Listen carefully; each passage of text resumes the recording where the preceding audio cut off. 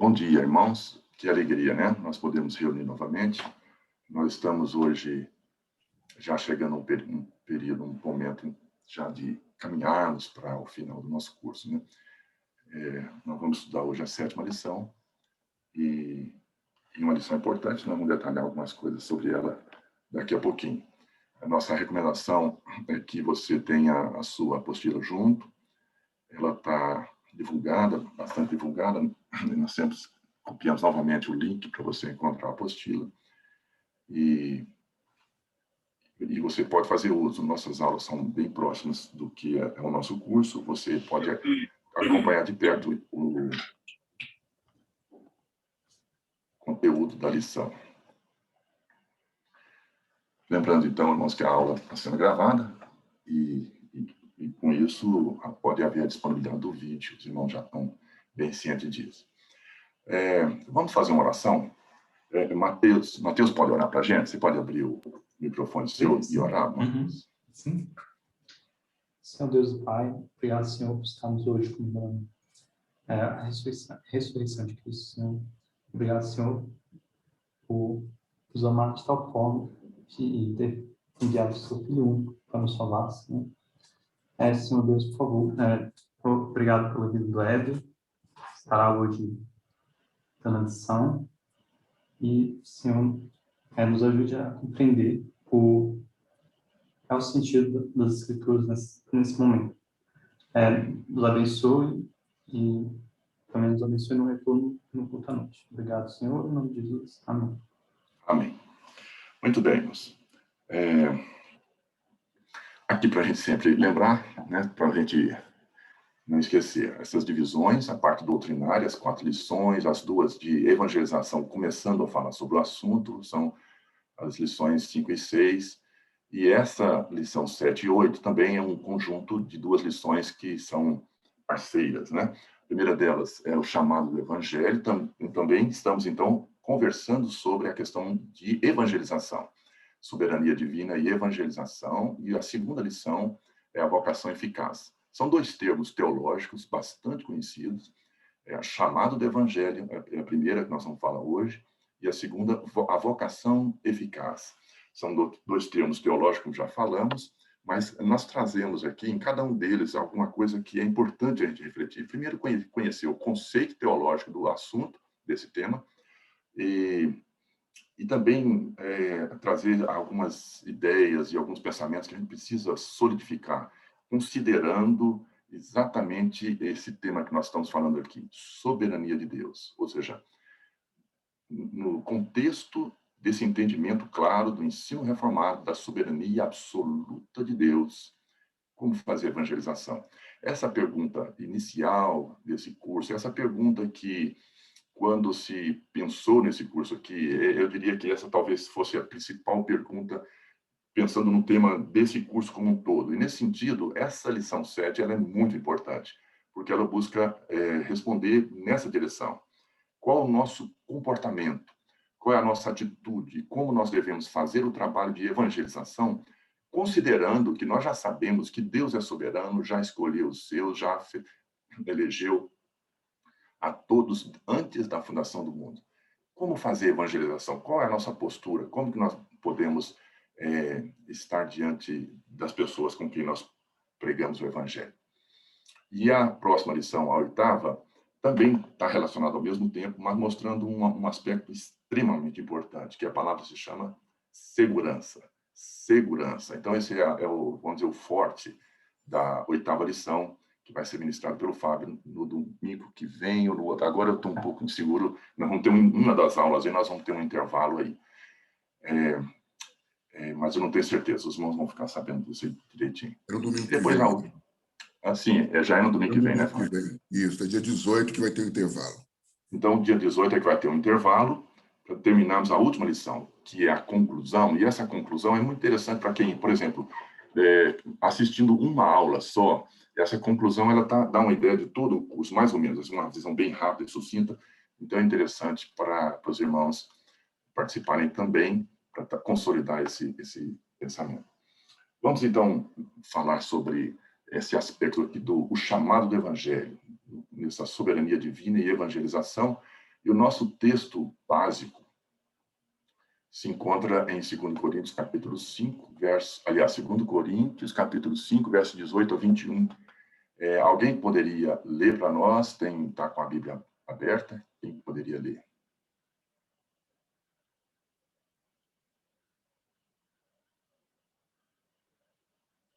Eu posso ler, deixa eu só abrir aqui.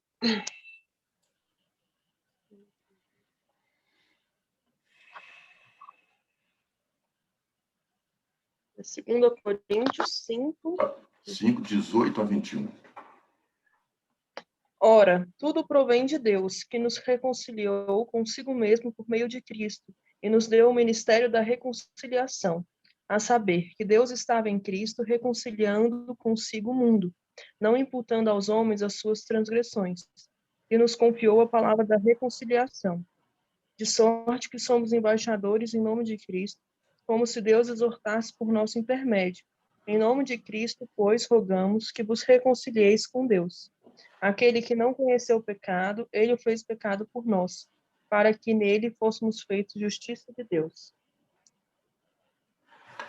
Muito bem, irmãos. Esse texto do apóstolo Paulo, sempre lindo, né? Os textos do apóstolo Paulo realmente são primorosos. E ele mostra que Deus é a fonte de todas as coisas, tudo provém dele, até mesmo a nossa salvação. Essa frase recorrente do apóstolo Paulo. No entanto, ele nos deu o ministério da reconciliação. Nos confiou a palavra de reconciliação. Então, Deus exorta por nosso intermédio. Nós somos embaixadores de Cristo. Nós temos que proclamar a mensagem, levar o evangelho. Então, o tema é isso. O nosso assunto dessa aula de hoje é essa questão do Deus soberano, Deus que tem todas as coisas na sua mão, mas nós temos que pregar o evangelho e levar a sua palavra. Mateus, você está com... Eu não sei se tem algum outro com uma apostila aberta. O Mateus já fez uma oração, mas se não tiver ninguém com a apostila aberta, a ideia central, eu queria que alguém lesse para nós a ideia central da nossa aula. Ela resume, de forma bem sintética, o nosso curso hoje. Tem alguém que... Pode ler para nós? Lição 7, ideia central. A soberania de Deus, compreendida na sua plenitude, é uma verdade inalterável, mas ela não compromete o preceito de Deus da nossa responsabilidade, senso de urgência, sinceridade na apresentação e convite do Evangelho e na verdade das promessas, o chamado do Evangelho. Muito bem. Aqui, depois vocês podem ler novamente, depois que tivermos a aula, vocês vão ver que tem umas palavrinhas-chave, algumas palavras-chave que elas são de muita importância no conteúdo, e nessas palavras que a gente vai ver que ela tem um simbolismo e uma força muito grande. Por enquanto, alguém lê aqui, talvez não, mas vão ver que tem grandes verdades por trás dessa sentença pequena aqui. Muito bem, nós vamos começar falando um pouquinho desse tema aqui.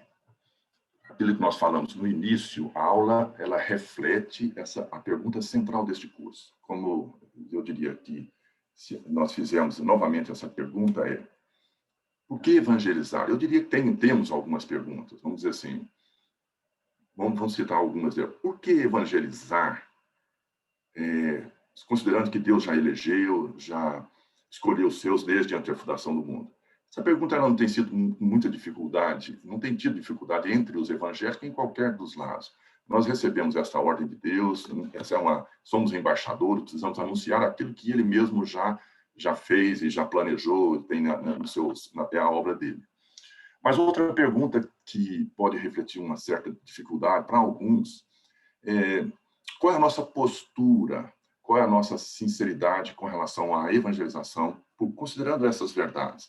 Nós vamos tratar desse ponto, tem um slide específico sobre isso, que eu considero uma pergunta central e muito importante para nós refletirmos, e eu diria que tem algumas verdades grandes para nós refletirmos um pouquinho aqui. Lembrar que essa aula, ela volta de novo àquele contexto de nós pararmos para pensar um pouco mais.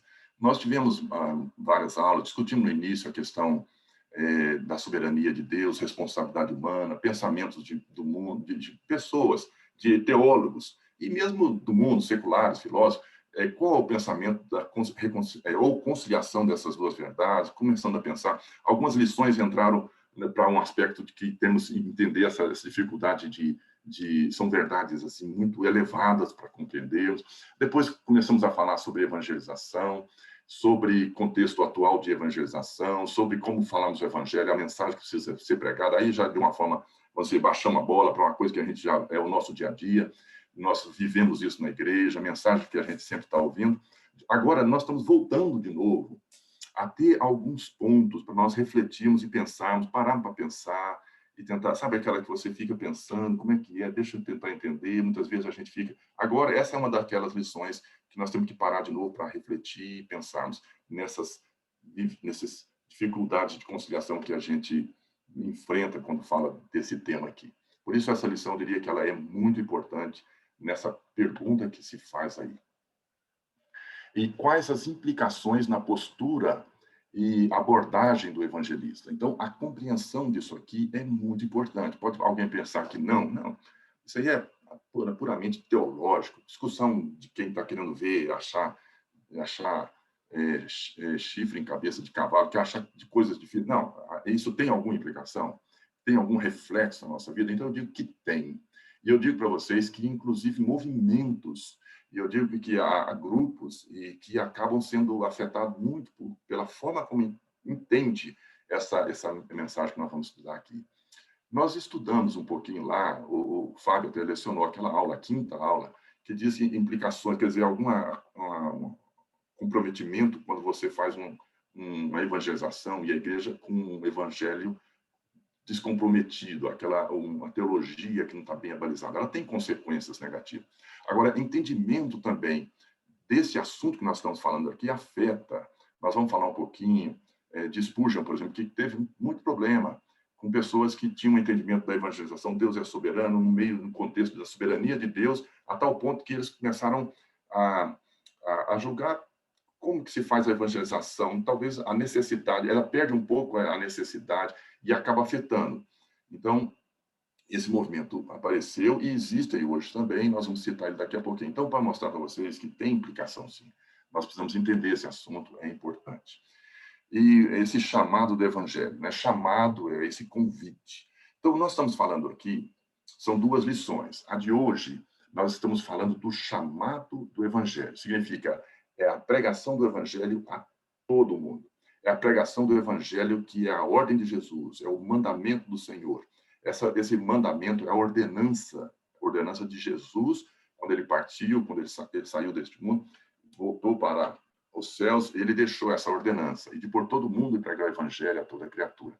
Então, esse chamado do evangelho é essa lição. A próxima lição, a vocação eficaz, entra já num contexto teológico mais aprofundado até, que é esse chamado eficaz. Esse chamado que o Fábio vai lecionar, mas é aquele que diz assim, a morte de Jesus na cruz foi eficaz. E não existe nenhuma gota do sangue de Jesus que foi derramada em vão. Nenhuma gota foi derramada em vão. Então, é eficaz. Mas esse assunto fica para a próxima aula, porque hoje nós vamos falar do chamado do Evangelho, que é essa chamada geral, é a grande comissão que nós recebemos de Jesus. Para isso, eu queria passar rapidamente, voltando e recapitulando sobre essas verdades aqui, alguns pontos importantes. Primeiro, Deus é Senhor e legislador, rei e juiz. São termos usados para entendermos Deus, o caráter de Deus, quem é Deus.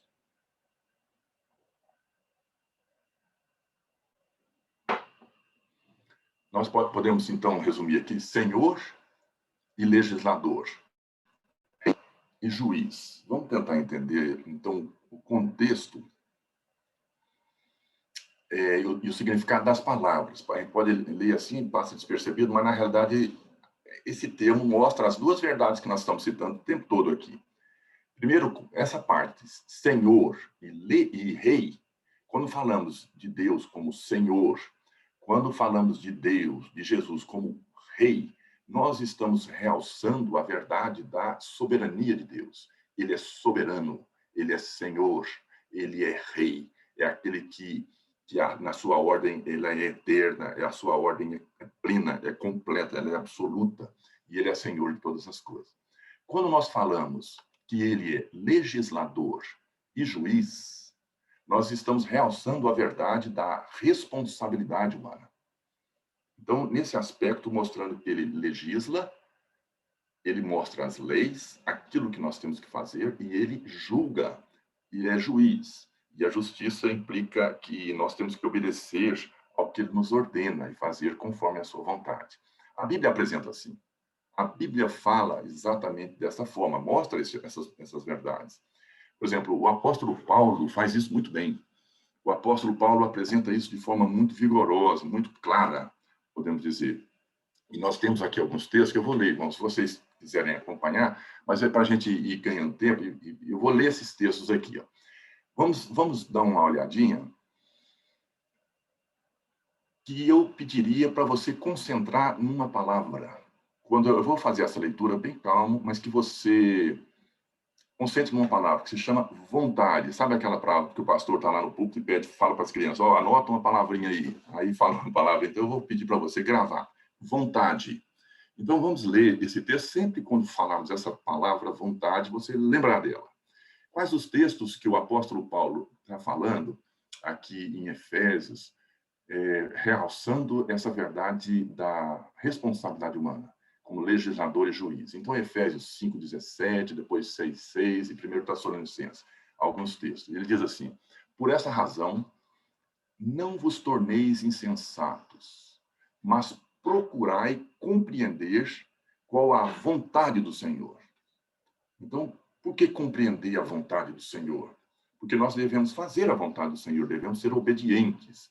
É a responsabilidade. Aqui está realçando essa questão da obediência.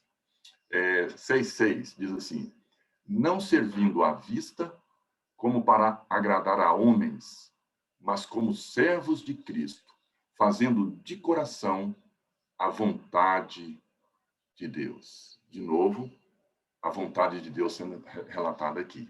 Então, o que está falando? A nossa atitude não servindo à vista, como para agradar o homem, mas como servos de Cristo, fazendo a vontade de Deus. 1 Tessalonicenses 4:3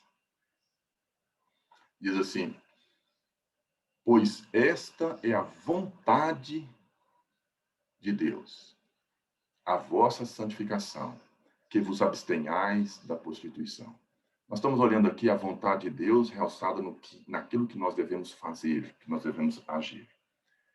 Agora, por outro lado, o apóstolo Paulo, em Efésios também, ele apresenta esse mesmo aspecto aqui, em capítulo 1, verso 5, nos versos 9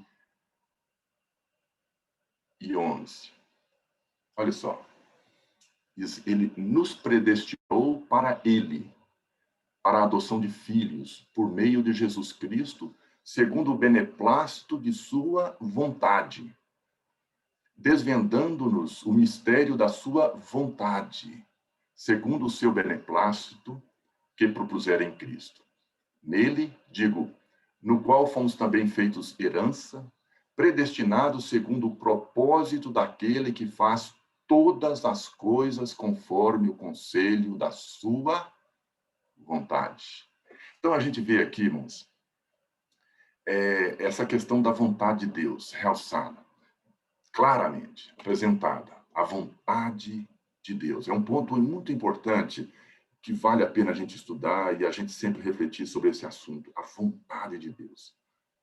Ela é o motivador, ela é a ação. Deus faz aquilo por causa da sua vontade, ele quis fazer. Agora, a vontade de Deus também se manifesta naquilo que nós devemos fazer. A vontade de Deus é que nós sejamos santos e que a gente obedeça. E a gente não pode dividir essa vontade de Deus de duas formas, como um preceito e como propósito. A primeira, preceito, é aquilo que o homem deve fazer.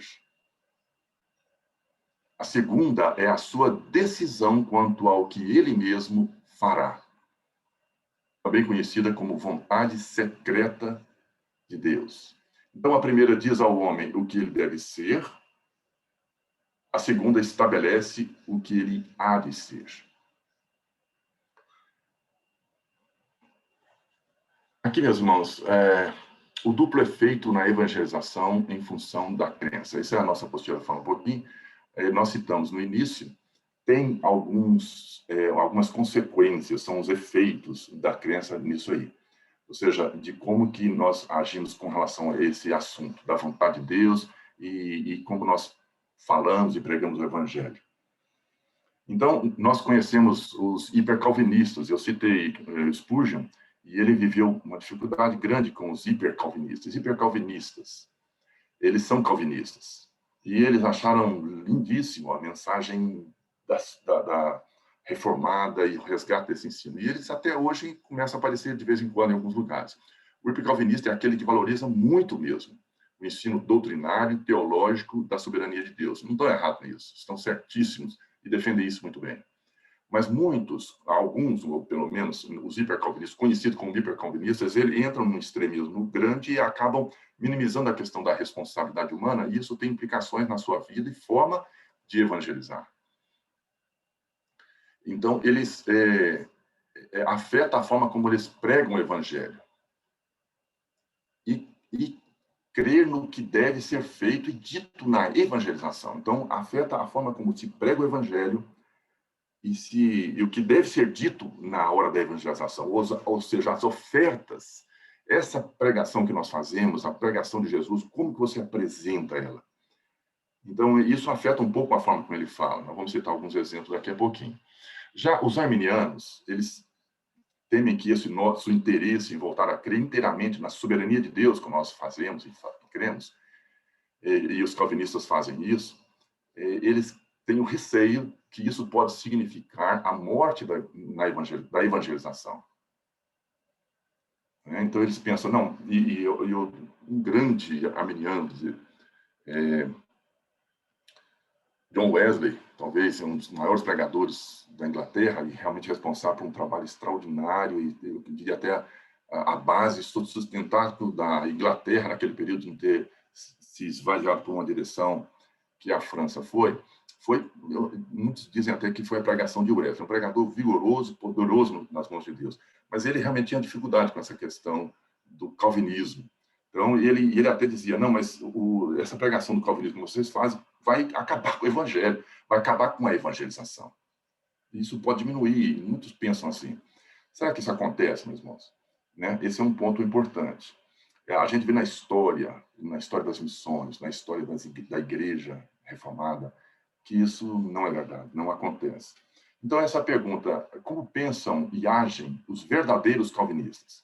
Aqueles calvinistas que ponderaram, têm uma visão clara de Deus, que é o contexto e é o que nós queremos deixar aqui. Nenhum extremo, uma polarização no extremo e uma polarização no outro extremo, mas não rejeitando nenhuma dessas verdades.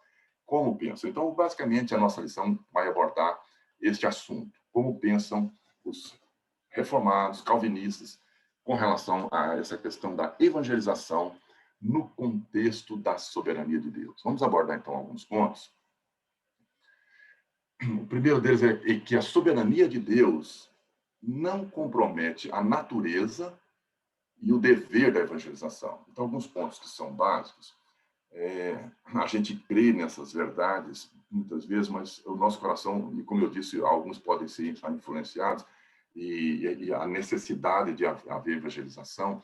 E quando se fala em natureza, é como que ela é feita, como que se deve pregar o evangelho, o que se deve falar. A questão da oferta do evangelho, quando se faz a oferta do evangelho, como que deve oferecer isso? O hipercalvinista tem dificuldade nesse ponto aqui. Então, o que nós dizemos é a soberania de Deus não compromete a natureza e o dever da evangelização. Primeiro, esse texto aqui é um texto para nós decorarmos. Vontade revelada versus vontade oculta. Eu acho que eu já citei esse texto em outra lição, e eu costumo citar na última lição, vamos falar de novo. É um texto para memorizar. Foi muito usado por Lutero. Lutero falou sobre isso, Calvino também falou sobre isso, e nós temos que estar com isso em mente. Deuteronômio 29. Facinho de gravar a referência, né? 29.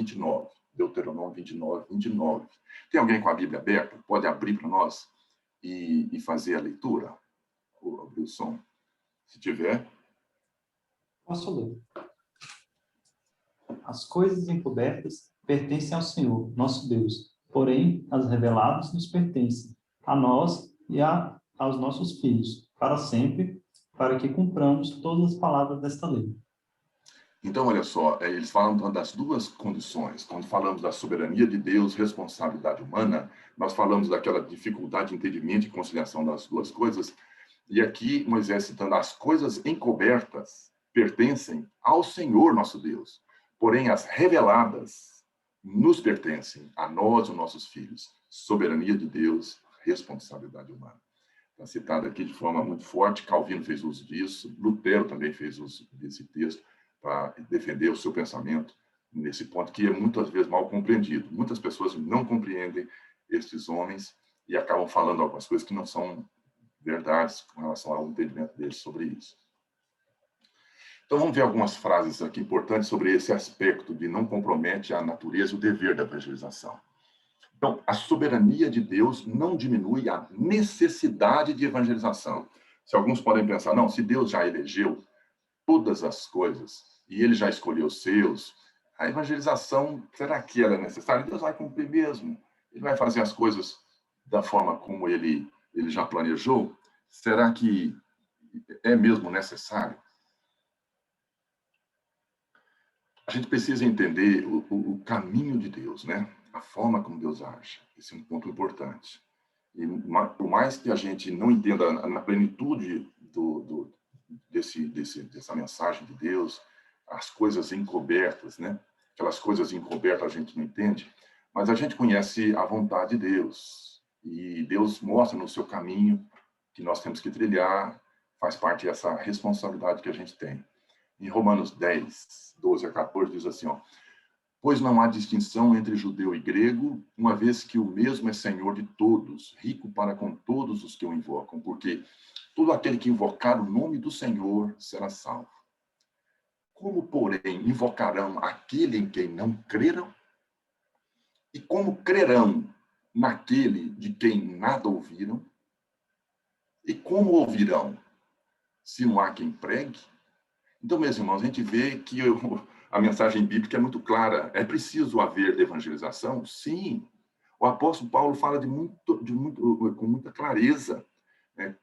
A questão da necessidade de levar o evangelho. Como que eles vão conhecer? Eles precisam crer, mas como que eles vão crer? Precisa ter alguém que vá, precisa ter alguém que prega o evangelho. Ele fala claro, a Bíblia apresenta isso. A Bíblia mostra isso de forma muito clara, a questão da necessidade de ir e pregar o evangelho. Mas a Bíblia fala também que a soberania de Deus não diminui a urgência da evangelização. Também é outro ponto que a gente pode parar para pensar, velho, não está tudo nas mãos de Deus? Já não escreveu todas as coisas? Não está tudo, Deus determinou, já está tudo definido, Deus já não fez? Tem negócio, como é que é essa questão da urgência que nós temos que pregar? Veja, então, que a Bíblia fala dessa urgência. Então, nós temos que entender claramente, mesmo que a gente não compreenda até aquelas coisas encobertas de Deus, mas nós temos que aceitar aquilo que a Bíblia nos ensina, que a soberania de Deus não diminui a urgência da evangelização. Então, lá em 2 Coríntios 6, 2 diz assim, porque ele diz, eu te ouvi no tempo da oportunidade, te socorri no dia da salvação. Eis agora o tempo sobremodo oportuno. Eis agora o dia da salvação. Em Hebreus 3, 7 e 8 diz assim, assim, pois, como diz o Espírito Santo, hoje, se ouvires a sua voz, não endureçais o vosso coração, como foi no dia da provocação, no dia da tentação no deserto. Esses dois textos são muito importantes, quando nós pregamos o Evangelho, para dizer para pessoas que hoje é o dia oportuno, hoje é o dia, é necessário tomar uma ação. A urgência na pregação do Evangelho, a urgência na aceitação da mensagem de Jesus, essa é a importância de pregarmos o Evangelho a tempo e fora de tempo. É necessário levarmos a palavra do Senhor em estrita obediência. Então, essas duas grandes verdades sobre a soberania de Deus e relacionada à evangelização. a necessidade de evangelização continua premente, ela é necessária, é o meio que Deus usa, e ela é urgente. Ela precisa pregar. O tempo se aproxima. Jesus está voltando. Precisamos pregar. Os seus escolhidos vão ser chamados, a lição seguinte vai falar sobre isso, eles serão resgatados, e nós temos que fazer esse trabalho com urgência, rapidamente. E esse outro slide agora, irmãos, eu diria que ele também faz uma pergunta extremamente importante. Diz assim, relacionada a esse mesmo aspecto, a soberania de Deus não compromete a natureza e o dever da evangelização.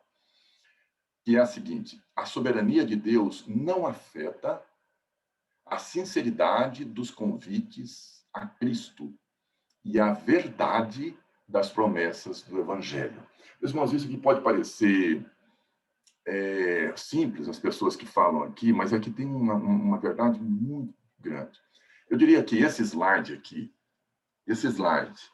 ele seria o slide, se eu quero pegar um slide em todo esse curso, considerando o tema que foi proposto, né? Considerando o tema que foi proposto, que é a evangelização no contexto da soberania de Deus. Como que eu devo fazer? Qual é o meu papel? Como eu devo agir no trabalho de evangelização, no contexto, no entendimento da soberania de Deus? Esse slide, eu diria que é o principal deles, é o que eu resumiria. Por isso que eu vou até com calma aqui, falar com bastante calma sobre este assunto aqui.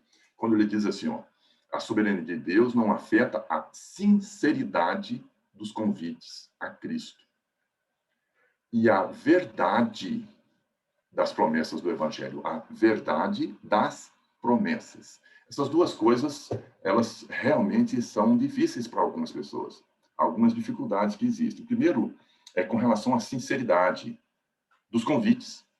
Porque uma vez que, quando você estiver pregando o Evangelho, aquela pessoa, ela é eleita ou não, você não sabe. Você faz, então, a sua pregação da forma que você não sabe, você prega. Mas isso, algumas pessoas são afetadas, os hipercalvinistas são.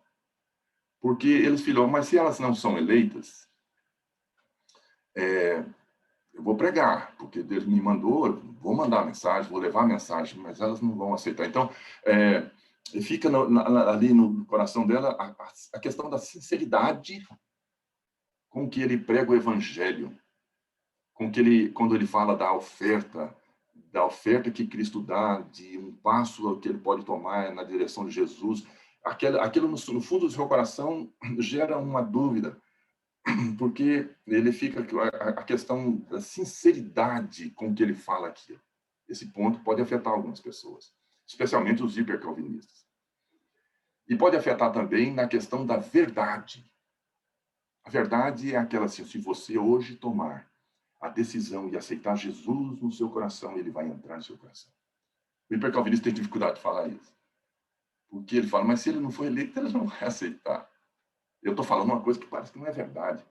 Pode não ser verdade. E ele tem medo de falar isso. Por isso que eu falei que o hipercalvinista tem uma dificuldade quando vai pregar o Evangelho, porque ele tem medo de falar algumas coisas que ele pensa, não, isso é uma inverdade. Se você aceitar Jesus, ele vai entrar no seu coração e vai transformar a sua vida, você vai ser salvo. E ele fica, então, peraí, mas se ela não for eleita, eu posso estar falando de uma inverdade. E eu não quero falar uma inverdade. E aí ele fica com essa dificuldade. Veja, então, que esse ponto, ele é um ponto importante para a gente entender. Mas aí vem a pergunta, mas então como que eu vou entender isso aí? Como é que eu vou entender esse assunto, sobre esse ponto em particular? Primeiro, vamos ver a questão da sinceridade no Evangelho, do chamado do Evangelho. A sinceridade no chamado do Evangelho. Primeiro, para mostrar para vocês, irmãos, que a Bíblia, ela não esconde esse ponto. Nós vemos lá claramente quando a palavra de Deus faz essa chamada, esse chamado do Evangelho, a sinceridade com que se faz esse chamado. Esse ponto ele é muito importante. Eu vou ler alguns textos aqui que mostra esse aspecto aqui. Vamos ver lá, Romanos 10:13.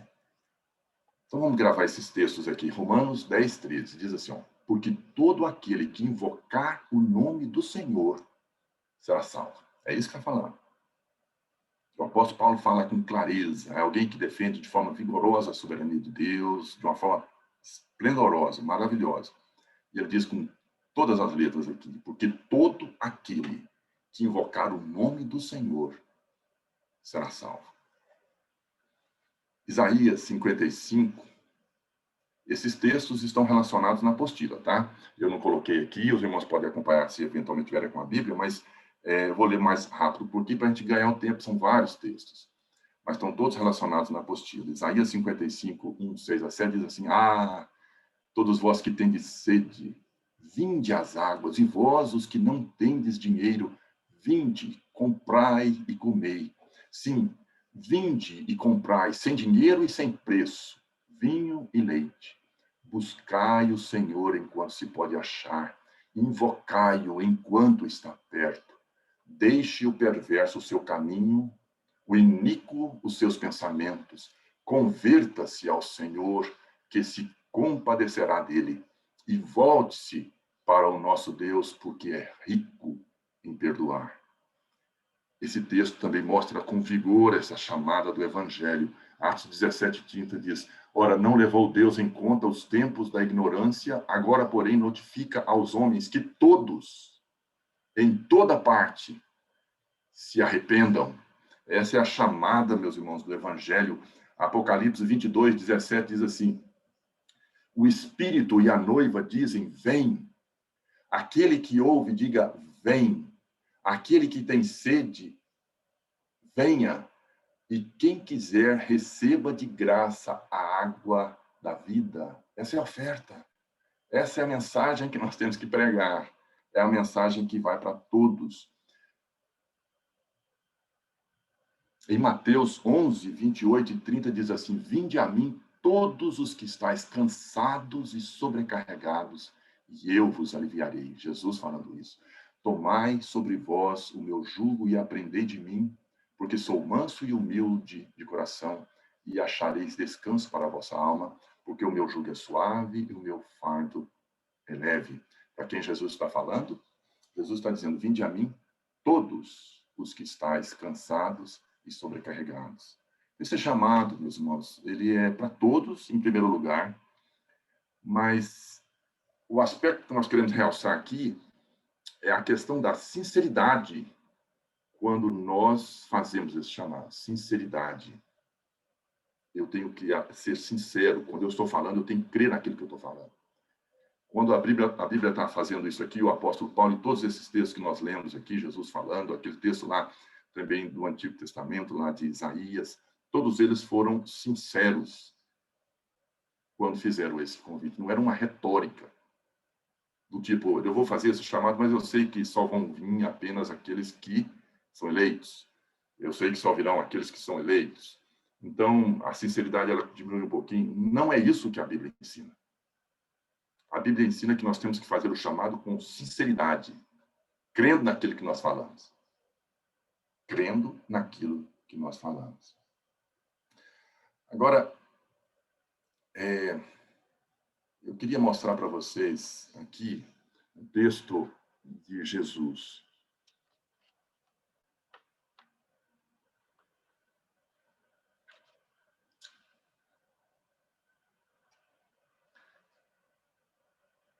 Desculpe, ainda não é o texto que eu quero realçar. Ainda assim, é um texto de Jesus, mas é alguns para reforçar o que nós havíamos dito. Diz assim, João 3,16, conhecemos bem, né? Porque Deus amou o mundo de tal maneira que deu o seu Filho unigênito para que todo aquele que nele crê não pereça, mas tenha a vida eterna. Essa é a oferta. Para todo o que nele crê não pereça. E 1 Timóteo diz, fiel é a palavra e digna de toda aceitação, que Cristo veio ao mundo para salvar os pecadores, dos quais eu sou o principal. São textos que falam da vinda de Jesus, da morte de Jesus, do sacrifício de Jesus, e alguns têm dificuldade nesse ponto de agir e pregar o evangelho por causa da crença dos eleitos que nós citamos aqui. Só mostrando, então, inicialmente, que os textos bíblicos e a verdade bíblica, a chamada do evangelho na Bíblia, ela é sincera. E eu, agora sim, quero falar um pouquinho sobre esse texto de João 6,35. E olha só, irmãos, é verdade que Cristo elegeu aqueles a quem ele salvará, desde toda a eternidade. Isso é verdade. É verdade que Cristo veio especificamente para salvar aqueles que o Pai lhe deu. Jesus fala várias vezes isso. Mas não é menos verdade que Cristo oferece a si mesmo livremente a todos os homens como Salvador e garante levar para a glória todos aqueles que confiam nele como tal. E vamos ver esse texto aqui, que Jesus fala de uma forma assim maravilhosa. As duas verdades no mesmo texto. Em João 6, 35 a 40. Vale a pena você pegar depois na Bíblia, olhar com calma, se você tiver com ela aí, abrir para a gente acompanhar junto essa leitura. Eu vou fazer ela bem devagar para que você acompanhe. Quem está com a Bíblia aberta ou não, João 6, 35 a 40, que diz assim, Jesus falando, declarou-lhe, pois, Jesus, eu sou o pão da vida. O que vem a mim jamais terá fome, e o que crê em mim jamais terá sede. Ele está falando para todos. E Jesus certamente está sendo sincero no que ele está dizendo aqui. O que vem a mim jamais terá fome, e o que crê em mim jamais terá sede. Porém, eu já vos disse que, embora me tenhais visto, não credes. Todo aquele que o Pai me dá, esse virá a mim. E o que vem a mim, de modo nenhum o lançarei fora. Olha, ele mostrou os dois lados aqui, mostrando o convite e o que vier, ele aceitará, ele salvará, resgatará. Mas ele diz, o Pai já fez isso e escolheu. Ele já fez isso e esses ele me deu. Porque, ele continuando, ele diz, porque eu desci do céu, não para fazer a minha própria vontade, e sim a vontade daquele que me enviou. E a vontade de quem me enviou é esta, que nenhum eu perca de todos os que me deu. Ou seja, é Deus que deu aquele... Aí já mostra a restrição que Jesus está falando claramente aqui. Pelo contrário, eu ressuscitarei no último dia. Olha o último versículo, que ele mostra já o outro lado de fato, a vontade de meu Pai é que todo homem que vir o Filho e nele crer tenha a vida eterna, e eu o ressuscitarei no último dia. Então, mostra o texto lindíssimo de Jesus falando aqui, realçando essas duas verdades.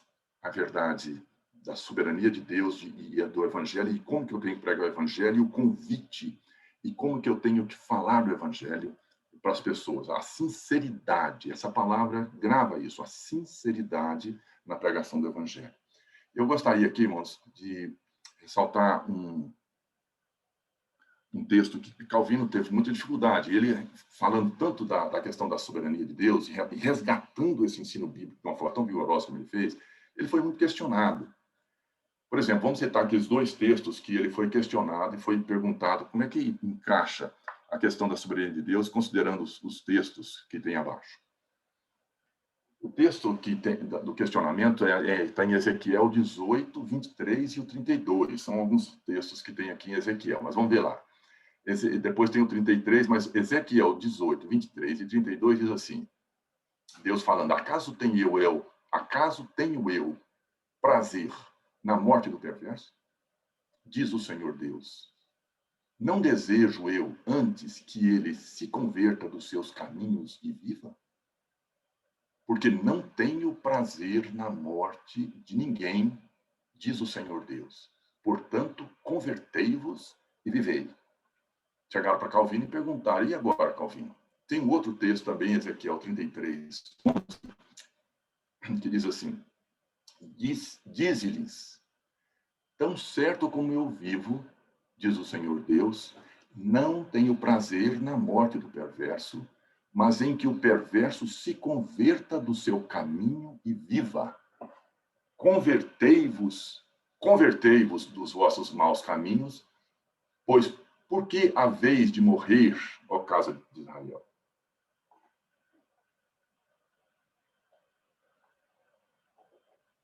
Aí Calvino foi questionado sobre esse aspecto. E como é que você se posiciona, Calvino? Quando Deus fala dessa forma? E Calvino diz assim, está aberto na nossa apostila. Você está com ela aberta aí? Tem alguém aberto lá? Página, acho que 31, se não me engano. Tem alguém com ela aberta aí? Mateus ou outro que estiver com a apostila? Afirmamos que Deus, lá no início, você achou, Mateus? Afirmamos que Deus não quer a morte do pecador? Essa parte? Isso é o que Calvino, então, falou. Uhum. Então, vamos prestar atenção, que o Mateus vai ler a resposta de Calvino. Afirmamos que Deus não quer a morte do pecador, uma vez que ele chama todos igualmente ao arrependimento e promete a si mesmo estar preparado para recebê-los se eles seriamente se arrependerem.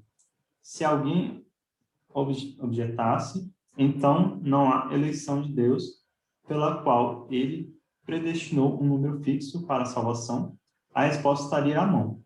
O profeta não fala aqui do conselho secreto de Deus, mas só chama do desespero a homens miseráveis para que eles apreendam a esperança do perdão e se arrependam e abracem a salvação oferecida.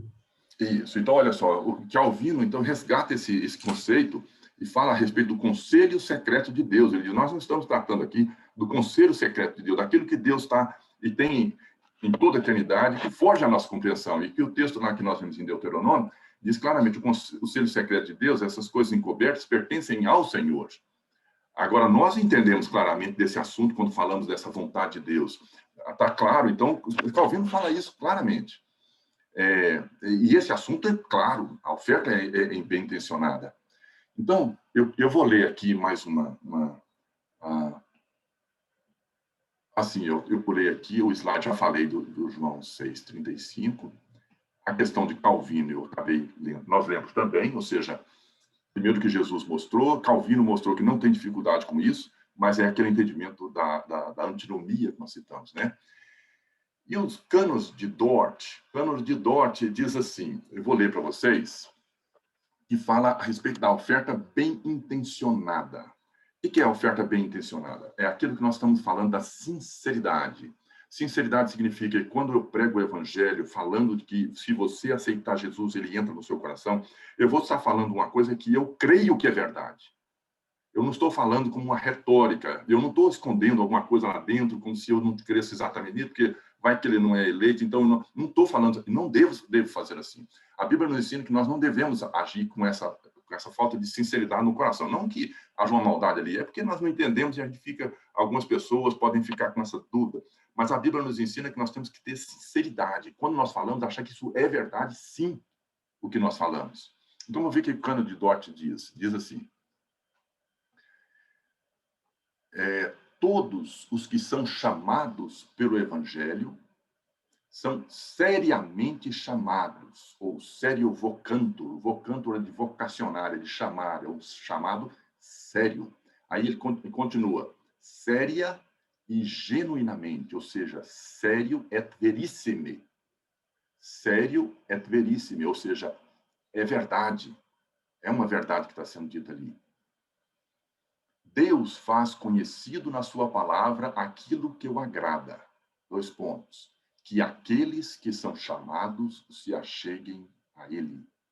Seriamente, ou seja, sério, promete também descanso para a alma e vida eterna a todos os que venham a ele e creiam. Vida eterna a todos que venham a ele e creiam. Então, mostrando essa verdade. Então, 2 aspectos aqui. Primeiro, a questão da sinceridade. Eu creio, isso que eu estou falando é com coração, e quando a gente faz essa palavra, mesmo que eu creia em toda a soberania de Deus, e todos os detalhes, isso é uma vontade secreta de Deus, são coisas ocultas que eu não tenho completo entendimento. E o segundo, é verdade. O que eu estou falando não é uma inverdade. O medo que os hipercalvinistas têm, eu não posso ter. Porque a Bíblia mostra claramente isso. Eu posso não entender, mas eu creio que é verdade, que quando nós fazemos a oferta do Evangelho, é verdade. Aquele que crê no Senhor Jesus será salvo. Esse ponto é importante a gente ter isso no coração. Aí alguém me pergunta, mas como que você entende isso? Eu não entendo. Eu não entendo. E, meus irmãos, eu vou passar aqui rapidinho alguns pontos. Eu vou seguir aqui mais uns 5, 10 minutos da nossa aula para fecharmos, que eu acho que é importante. A gente já falou sobre essa antinomia. Lembra lá da aula que nós citamos, na terceira aula, as dificuldades desse assunto? Nós citamos um termo novo para muitos, que é a antinomia. São as duas verdades existentes, soberania de Deus e responsabilidade humana. Olha, isso está muito presente na Bíblia. Isso é frequente na Bíblia. São várias situações que a gente vê que isso acontece. Depois que passamos a pensar nisso e a gente convive com isso acontece, a gente começa a ver como isso aflora na Bíblia, uma atrás da outra. É impressionante. Por exemplo, a soberania de Deus e eleição e responsabilidade humana. Nós tratamos desse assunto, né? Agora, bons teólogos e estudiosos, muitas vezes, nós tentamos explicar para o nosso entendimento, tentativas de explicação. Nós vimos lá naquela segunda aula, difícil aquela aula que o Fábio deu, que alguns tentaram citando termos como determinismo suave, ou seja, é determinismo de Deus, mas suave no sentido de que ele não força as pessoas a agirem. É o compatibilismo, que é o termo que ele usa lá. O outro usa lá aquela questão da visão eterna de Deus em um mundo temporal, ou seja, Deus é um Deus eterno, tratando de um mundo temporal, então você consegue conciliar isso dentro desse contexto. O outro diz, Deus limita o seu poder para tentar fazer com que haja essa conciliação. E o outro, lá no final, faz uma afronta, aqui um erro até muito grande, dizendo que Deus limita o seu conhecimento. Mas, meus irmãos, nós estamos forçados a reconhecer que aqui existe uma antinomia, que foi aquela nossa lição. Duas coisas que a gente não entende, a vontade secreta de Deus e a vontade revelada de Deus. Mas tem outros pontos que isso vem acontecer, essa antinomia. Quer que eu vou citar para vocês? Por exemplo, soberania de Deus e oração. Esse é um ponto que a gente muitas vezes não para pensar, mas também ela afeta. Né? Deus já decretou todas as coisas, Deus já tem controle de tudo nas suas mãos, então qual o efeito da oração? Qual o efeito da oração? E a eficácia disso aí? Nós oramos e sabemos que temos, muitas vezes, se a gente for parar para pensar nessa questão teológica e filosófica aqui, a gente vai começar a ter dificuldade. Aí, algumas tentativas de explicar, sinceras e boas, tentativas e argumentos bons, mas que podem dizer alguma coisa do tipo, Deus quer que oremos para o nosso próprio bem e crescimento, para aprendermos a confiar nele. Então, é a verdade, nós temos que aprender a confiar no Senhor, e Ele quer que nós cresçamos nisso aí, então, Ele estimula e fala para nós orarmos. Mas, meus irmãos, nós cremos que a oração tem um poder que nós não podemos entender. Alguma coisa mais do que apenas isso que eu citei agora há pouco, apesar de ser verdade, mas tem mais do que isso. Nós precisamos crer nisso e aceitar. Um outro ponto também que pode acontecer, essa antinomia, dificuldades, que é a eleição e predestinação versus efeito na evangelização. Por que evangelizar nessas circunstâncias? É a pergunta da aula de hoje, uma delas, né? Respostas comuns que podem ter nessa pergunta, e boas respostas, verdades também. É uma ordenança de Deus. É verdade. Deus nos ordena, nós temos que fazer. Outra boa resposta. É o meio que Deus usa para buscar os perdidos. E é pura verdade. É o meio que Deus usa para... Então, nós temos que pregar o evangelho, porque esse é o meio que Deus faz. É uma forma de aprendermos a amar o próximo. Porque nós aprendemos a amar quando fazemos isso. Mas, meus irmãos, como nós aceitamos essa antinomia, como nós aceitamos que existem essas duas verdades, reconhecemos que o papel da evangelização ele é fundamental. O fato de pregarmos o evangelho é obediência. Mas é mais do que apenas obedecer à ordem de Deus. É mais do que isso. Isso é verdade. É um mandamento que nós temos que fazer. Nós temos que crer que é mais do que isso. Porque nós pregamos o evangelho porque é uma verdade que pode transformar a vida das pessoas. É difícil de entender isso? É. Existem dificuldades também de entender, por exemplo, a questão da infinitude e grandeza do universo. A gente vê aqueles mapas, aquelas coisas que mostram o universo e vê o tamanho da Terra. A Terra vai diminuindo, diminuindo, diminuindo, some, desaparece o universo. E a insignificância do tamanho da Terra. A gente vê o tamanho do universo versus o tamanho da Terra. E aí alguns perguntam, por que Deus se preocupa com esse minúsculo planeta? Né? E realmente cria algumas dificuldades no entendimento de algumas pessoas. Mas, meus irmãos, a infinitude de Deus significa que ele alcança o mais elevado e grandioso, acima do universo. Mas ele também alcança o menor e o diminuto, no nível de qualquer bactéria. Tempo e espaço se confundem na eternidade. Então, meus irmãos, a própria lei da relatividade Einstein mostra essa questão do eterno, do tempo e a velocidade. Quer dizer, o tempo tem uma dependência da velocidade, ou seja, a velocidade está relacionada ao espaço, tempo e espaço. Então, quando falamos do universo, grandiosidade, pequeno, para Deus isso é tudo igual. Isso foge da nossa compreensão. E, por último, meus irmãos, é o que nós falamos agora, outra dificuldade que existe é pregação no contexto da soberania de Deus versus sinceridade na pregação, que é esse tema aqui. Resposta comum, quando fala, olha, nós precisamos ser sinceros. Resposta comum, boas, mas eu diria que não tão completas. Quais são essas respostas boas? Nós não sabemos aqueles a quem Deus já escolheu. Então, por isso eu preciso ser sincero quando eu prego, porque eu não sei quem são. Mas, meus irmãos, eu digo que é mais do que isso. Isso é verdade, mas é mais do que isso. Aprendemos que o chamado do Evangelho é uma oferta bem intencionada. São seriamente chamados, sério vocantur, como foi dito lá, que lemos agora há pouco. Séria e genuinamente chamados. Séria e genuinamente chamados. Portanto, somos sinceros, não só porque não sabemos. Nós somos sinceros não porque não sabemos quem são os eleitos, mas porque nós cremos que aquilo é verdade. Então, meus irmãos, esse ponto foge da nossa compreensão. Eu diria que esse é um ponto importantíssimo. Quando nós pregamos o Evangelho, eu posso não entender como se manifestam as coisas de Deus na eternidade, mas uma coisa eu sei, ele fala para fazer a oferta com clareza e com vigor e com crença. E que se ela aceitar Jesus, ela será salva. E Spurgeon teve essa dificuldade que eu citei para vocês. Vamos passar aqui bem rapidamente. Spurgeon tem um livrozinho, conta a história, vale a pena dar uma olhada no termo da história. E Spurgeon aborda esse aspecto. Ele é conhecido como príncipe dos pregadores, ele é um pastor batista, calvinista, como existem vários, e como foi também a origem da Igreja Batista.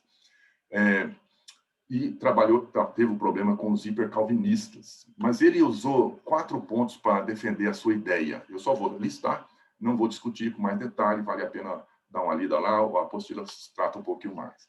Mas primeiro mostrando que os convites do Evangelho são universais. Ele aborda isso na Bíblia e mostra, mais ou menos na linha que nós apresentamos aqui. Os convites do Evangelho são universais. Ele fala a respeito da garantia da fé, que é o ponto que o hipercalvinista tem dificuldade. Aquele que diz, ó, se você crer no Senhor Jesus, você vai ser salvo. E eles têm dificuldade de falar isso, mas o Spurgeon mostra a garantia da fé. Crer no Senhor Jesus será salvo. Então, não podemos ter dúvida quanto a essa oferta.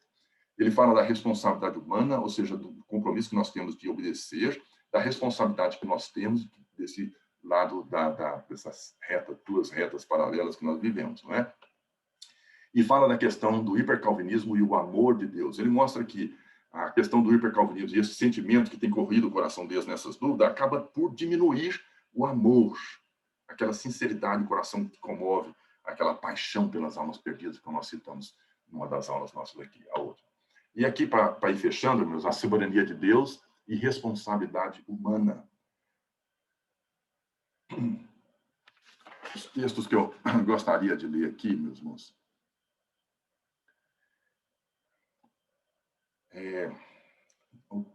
Essa frase aqui, eu vou ler o texto primeiro, vou ler 3 textos aqui, depois ler uma frase. Se vocês puderem depois, eu vou pedir para alguém ler. Lá, deixa eu ver se estão aqui.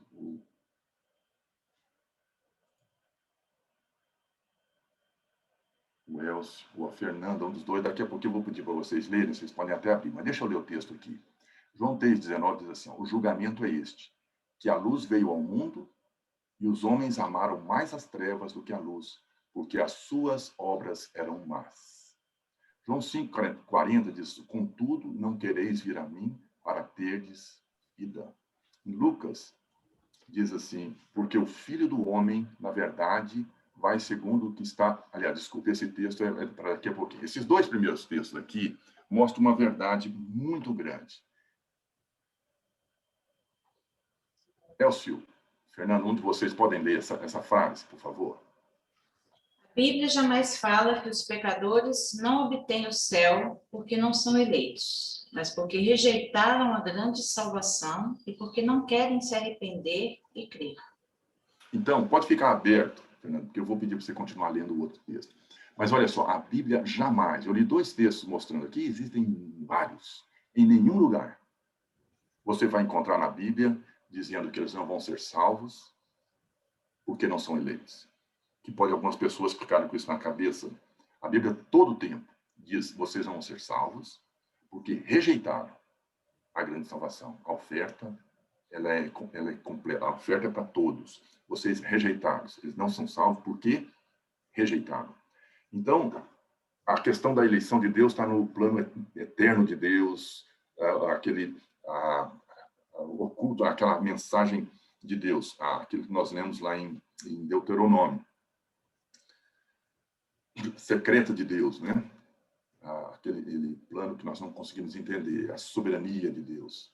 Então, meus irmãos, nós não podemos nunca, quando pregamos o Evangelho, ficar com o pensamento de que não, ele não vai ser eleito, ele não vai aceitar porque ele não foi eleito. Nunca podemos fazer essa afirmativa. Ele pode não ser salvo porque ele rejeitou, ok? Agora, Calvino tinha uma clareza disso aí. E aqui, Fernando, eu vou pedir para você ler para nós esse texto que está aqui sobre Calvino.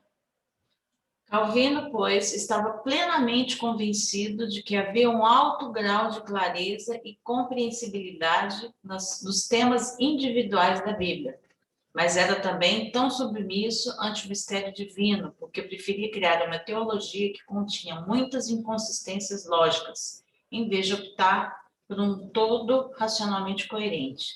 Clareza de temas individuais, incompreensibilidade das suas interrelações, essa é a marca registrada da teologia de Calvino.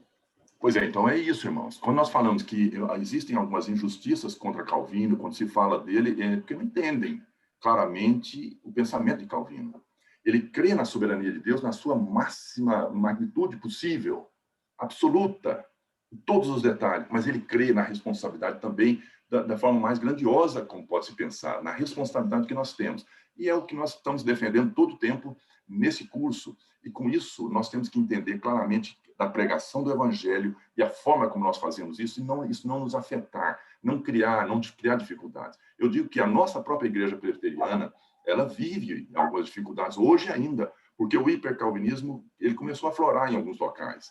Na nossa igreja, na nossa região, pelo menos eu não tenho visto isso, mas existem em alguns locais, começa a crescer e volta. Por quê? Sempre que o calvinismo, melhor dizendo, ele é resgatado, que é o que está acontecendo hoje no mundo, normalmente aparecem os hipercalvinistas que começam a ter aquelas dúvidas, esses pensamentos, e nós temos que deixar claro esses dois pensamentos. Então, a vontade secreta de Deus e a vontade revelada de Deus. E nós não temos que criar dificuldades e não atingir a nossa sinceridade, a crença, a verdade da oferta do Evangelho, o chamado do Evangelho, feita com sinceridade e crendo na verdade das promessas e da eficácia da fé a todo aquele que crê. Tá certo? A nossa conclusão, quem vai ler para nós? Fecharmos. Quem não leu nada, não falou, não ouviu a voz? Quem está aqui presente? Eu leio, Weber. O calvinismo bem centrado, sim. O calvinismo bem centrado e alicerçado na Bíblia é a resposta mais confiável, biblicamente, para conviver e trabalhar no contexto das duas grandes verdades da soberania de Deus e a pregação do Evangelho. Estritamente falando, calvinistas e arminianos não deveriam se envolver no mistério da evangelização de forma significativamente diferente. Ministério, verdade. Da evangelização de forma significativamente diferente. O que difere estas duas correntes são as implicações relacionadas a fazer o trabalho de evangelização, tendo pano de fundo a soberania de Deus. De fato, o calvinismo apresenta uma proposta de evangelização muito mais robusta para o sucesso na evangelização, como será apresentado na próxima lição. Meus irmãos, não percam a próxima lição, porque a forma da pregação do evangelho, ela difere por causa dessa crença. E a próxima lição vai mostrar, então, essa última frase que está aqui. O calvinista apresenta uma proposta de evangelização muito mais robusta para o sucesso na evangelização, como será apresentado na próxima lição. Então, meus irmãos, que Deus nos abençoe. Lembrem-se que essa avaliação eles pedem para fazer, os irmãos fiquem à vontade, e eu vou interromper o compartilhamento para poder ver os irmãos. Que alegria ver vocês aqui. Domingo que vem nós vamos... Alguém quer falar, alguma pergunta, alguma coisa que queira abrir e compartilhar? Bem rapidinho, nós já fechamos a aula. Eu fui um pouco meio... A lição é um pouco grande, os irmãos talvez não tiveram oportunidade. Eu deixo bem aberto para vocês. Alguém quer comentar?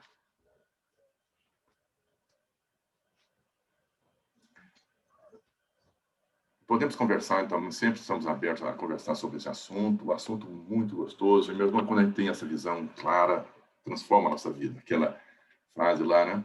Na Bíblia, quando foi dito hoje, queremos ver, Jesus está ali citando, e nós queremos ver, nós queremos compreender, nós queremos aprender, e quando a gente começa a chegar perto, nós nunca vamos atingir, mas quando a gente começa a chegar perto de ver essa grandiosidade de Deus, isso só enaltece a nossa admiração por Deus e pela obra dele.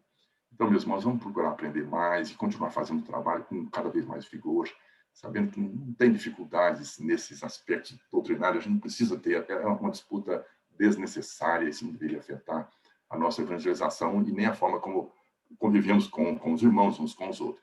Mas, muito pelo contrário, então, o Fábio, no domingo que vem, vai falar sobre essa vocação eficaz, aspecto doutrinário, teológico importante, mas tem um efeito também na nossa forma de evangelizar, e é o motivo por que as missões no meio reformado foi tão grande, vigorosa, os pais das missões mundiais foram reformados. Que Deus nos abençoe. Eu vou pedir, o Fábio pode orar para a gente, fechar essa aula? Vamos orar. Nós te adoramos, Senhor, porque a tua palavra, Deus, é tão viva, é tão presente nas nossas vidas, Deus. Nós te adoramos porque o teu Espírito faz morada em nossas vidas e por conta disso nós somos completamente compelidos, ó Pai, a compartilhar desse amor que recebemos de ti.